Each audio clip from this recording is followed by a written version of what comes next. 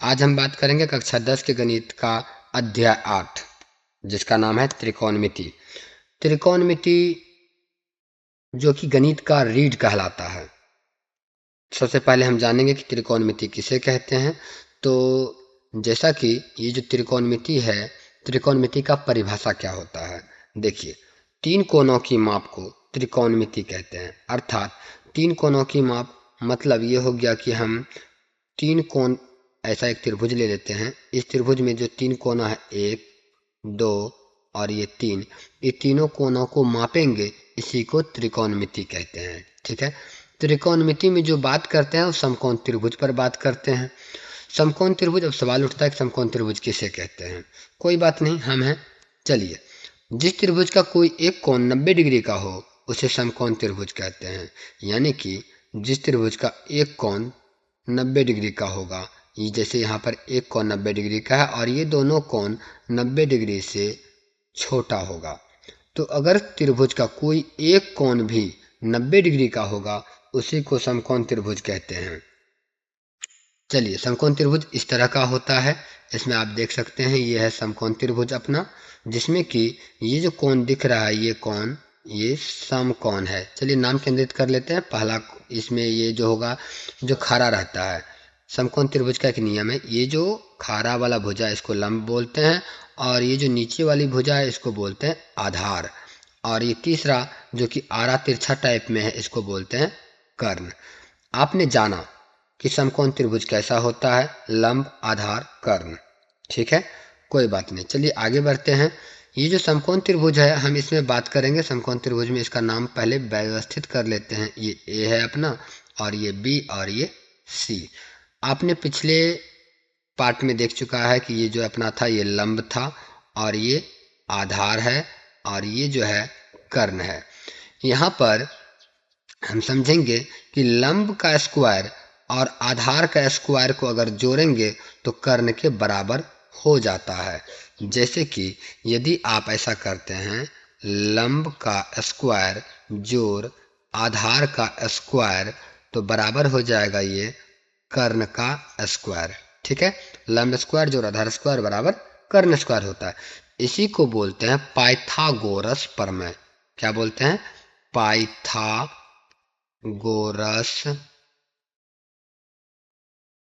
प्रमेय। ठीक है, पाइथागोरस प्रमेय बोलते हैं। चलिए, पाइथागोरस प्रमेय को हम शुद्ध रूप से लिखते हैं, जैसे कर्ण स्क्वायर को इधर कर लेते हैं पहले। तो कर्ण स्क्वायर बराबर लंब का स्क्वायर जोड़ आधार का स्क्वायर होगा। तो इसी से सभी सूत्र पैदा हो जाते हैं। जैसे कि अगर हमें कर्ण नहीं निकालना होता, लंब निकालना होता, तो क्या होता, या फिर ये जो स्क्वायर है इसको क्या कर सकते हैं। देखिए, आप इस स्क्वायर को उधर भेज सकते हैं। कर्ण बराबर रूट अंदर लंब का स्क्वायर जोड़ आधार का स्क्वायर। यहाँ पर कोई चेंजिंग नहीं हुआ है। अगर आप ध्यान से देखिएगा तो ये जो लंब स्क्वायर और जो आधार स्क्वायर है, ये वाला पार्ट में नीचे भी वही है सेम, बस ये जो स्क्वायर था ना, ये वाली, ये स्क्वायर उठ के बराबर के इस तरफ आया, तो ये वर्गमूल का रूप लिया हुआ है, अर्थात रूट के रूप में आया। ठीक है, इसी प्रकार से यदि हमको कर्ण निकल गया, अगर हमको लंब निकालना होता तो क्या करते। लंब बराबर, देखिए, यदि लंब का स्क्वायर और आधार का स्क्वायर जोड़ने पर कर्ण होता है, तो स्वाभाविक सी बात है कि अगर कर्ण में से इस आधार को माइनस कर दें तो लंब प्राप्त होगा, और कर्ण में से यदि लंब को माइनस कर दें तो आधार प्राप्त होगा। तो अर्थात हम कह सकते हैं रूट अंदर कर्ण का स्क्वायर माइनस आधार का स्क्वायर होगा, यदि हमें लंब प्राप्त करना होगा। और यदि हमको आधार प्राप्त करना होगा तो रूट अंदर में कर्ण का स्क्वायर में से हम लंब को माइनस कर देंगे तो हमें आधार प्राप्त हो जाएगा। तो आपने यहाँ तक समझा कि किस प्रकार से पाइथागोरस प्रमेय काम करता है। देखिए, अगर ये बेसिक सा बात आपको समझ में नहीं आता है तो आप यकीनन अध्याय 8 और अध्याय 9, ये दोनों चैप्टर बढ़िया से नहीं बना सकते हैं। इसीलिए बातों को ध्यान से समझिएगा। तो आगे बढ़ते हैं। अगला जो है अपना त्रिकोणमितीय अनुपात के रूप में बात करेंगे। जैसे कि अपना जो पहले आपने पढ़ चुका है, ये जो अपना है ये लंब है और ये आधार है और ये कर्ण है। चलिए हम नाम केंद्रित कर लेते हैं ताकि आपको परेशानी ना हो। कर्ण हो गया और ये आधार है और ये लंब है। त्रिकोणमिति के अनुपात 6 अनुपात होते हैं। इसके लिए एक ट्रिक आता है, आप उस ट्रिक को नोट कर लें, ऐसे याद रह जाएगा कि ललिता आम लाई, कहो कहाँ से आई। तो इस प्रकार से आप ये दोनों लाइंस को याद रखेंगे। ललिता आमलाई कहो कहाँ से आई, इस पर बन जाएगा अपना। त्रिकोणमिति के अनुपात जो होते हैं वो 6 होते हैं। पहला होता है sine theta, cos theta, tan theta, ठीक है। उसके बाद हो जाता है कोसेक थीटा, सेक थीटा और कोट थीटा। साइन थीटा बराबर सूत्र क्या होगा? तो देखिए साइन थीटा बराबर जो सूत्र होगा वो होगा, जैसे अपना यहाँ पर जो बना हुआ वही लेंगे। पहला अक्षर लेना है ये लो और को, अर्थात लंब बट कर्ण। यानी कि साइन थीटा बराबर फॉर्मूला होगा लंब बट कर्ण। और कोस थीटा बराबर आगे बढ़ते हैं आ को, मतलब आ से आधार, आधार बट कर्ण हो जाएगा। और टेन थीटा बराबर क्या होगा? तो लॉस लंब आ से आधार, मतलब टेन थीटा बराबर फॉर्मूला होगा लंब बट आधार। यहाँ तक में कोई दिक्कत नहीं है। अब आपके मन में सवाल आएगा कि कोसेक सेक कोट के लिए ट्रिक काम नहीं कर रहा है। बिल्कुल काम कर रहा है। आपको यहाँ पे समझना पड़ेगा कि साइन का उल्टा ही कोसेक होता है। साइन का उल्टा क्या होता है? कोसेक होता है। और ये जो कोस है, कोस का उल्टा होता है सेक। और कोट का उल्टा टेन का उल्टा कोट, या कोट का उल्टा टेन कह सकते हैं। इस प्रकार से आपको हमने कम्युनिकेशन बना दिया कि साइन थीटा का कोसेक में जाएगा, कोस का सेक में, टेन का कोट में, अर्थात उल्टा देना है मात्र। जैसे कि साइन का लंब बटा कर्ण है, इसको हम कहेंगे कर्ण बट लंब, कोई आपत्ति नहीं। सेक थीटा को कहेंगे, जैसे कि सेक किसका उल्टा है? कोस का, आधार बटा कर्ण, तो इसको बोलेंगे कर्ण बट आधार, ठीक है। और टेन का उल्टा होता है लंब, टेन का कोट होता है, तो टेन का फॉर्मूला क्या है? ओहो, चलिए ठीक है, कोई बात नहीं। अब आगे हम यहाँ पे देखेंगे कि यदि कोण ए थीटा हो तो क्या होता है।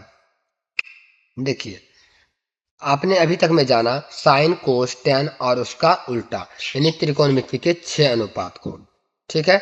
अब यहाँ पर हम एक समकोण त्रिभुज ऑलरेडी ले चुके हैं। थोड़ा सा अपना कलर चेंज कर लें।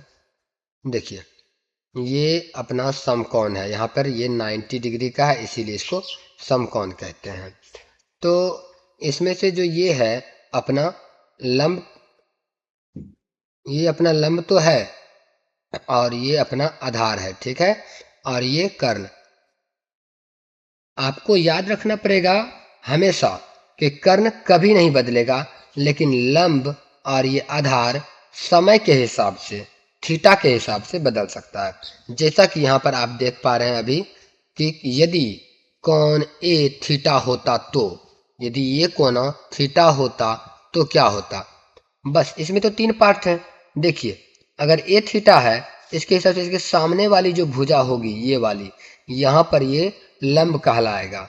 और चूंकि कर्ण तो बदलता नहीं है, तो इसका मतलब ये हुआ कि ये आधार है, ये अपना लंब हो गया और ये अपना आधार, और ये कर्ण। यदि कोण ए थीटा हुआ तो, लेकिन चलिए इसमें एक काम करते हैं, इसका मान रख लेते हैं कि ये 4 है और ये 5 है और ये 7 है। ऐसे होने वाला नहीं है, मानने के लिए, अर्थात आपको सिर्फ समझाने के लिए ऐसा लिए हैं। यदि हम यहाँ पर सूत्र लिखें साइन थीटा बराबर क्या होता है, तो साइन थीटा बराबर आपने पिछले पेज में देखा लंब बट कर्ण था। तो थीटा, थीटा की जगह पर क्या लिए? थीटा यदि ए हो तो, मतलब साइन ए। थीटा की जगह पे कुछ भी लिया जा सकता है, थीटा का मान बदलते रहेगा, ए बी सी या कोई डिग्री का नाम जैसे 30 डिग्री 45 डिग्री 60 डिग्री बदलते रहता है। तो साइन ए के हिसाब से, यानी ए के हिसाब से ये अपना लंब हुआ, और हमें बोल रहा है पहले लंब लीजिए तब कर्ण लीजिए। ए के हिसाब से लंब कौन कितना होगा, बी सी, अर्थात हम यहाँ लिख सकते हैं बी सी बटा, बोल रहा है कर्ण, कर्ण तो कभी नहीं बदलेगा, तो ए सी ही रहने वाला है, ए सी, मतलब बी सी कितना हो गया अपना 5 बटा ए सी कितना हो गया 7। ये अपना आंसर हुआ, साइन ए का मान 5/7 होगा। चलिए, यदि यदि कौन सी, यहाँ पे कौन सी थीटा होता तो क्या होता, यदि कौन सी थीटा हो तो, यानी यदि ये सी थीटा होता तो क्या होता, तो इसके हिसाब से ये वाला लंब कहलाता, ठीक है। और ये वाला तो कर्ण बदलेगा नहीं, हमेशा रहेगा, और ये यहाँ से यहाँ तक ये वाला लंब हो जाएगा, और ये लंब और ये आधार। अब यदि कौन सी के हिसाब से बोलता साइन सी बराबर सूत्र, तो सूत्र तो वही रहने वाला है, लंब बटा कर्ण, लेकिन सी के हिसाब से चलना है हमें। सी के हिसाब से लंब क्या हो जाएगा, सी के हिसाब से लंब उसके सामने में देखिए क्या है 4, मतलब 4 रख दीजिए, या तो ए बी बटा ए सी कीजिए, 4/7 कहेंगे इसको, तो ये अपना आंसर हो गया। तो साइन सी का, यानी आपने सीखा कि अगर थीटा बदलेगा तो लंब और आधार बदल जाएगा। यहाँ तक में कोई दिक्कत नहीं होनी चाहिए। अगर आपको यहाँ तक का वीडियो समझ में आ गया हो तो यकीन मानिए कि आपको अध्याय 8 और अध्याय 9 बनाने में कोई परेशानी नहीं होने वाली है। अब यहाँ पर हम आगे देखेंगे कि यदि हमारे पास कोई और कोण, अगर कोण बी ले सकते थे, नहीं ले सकते हैं। जो समकोण होगा, जो 90 डिग्री का कोण होगा, वो कोण हम नहीं ले सकते हैं, ठीक है।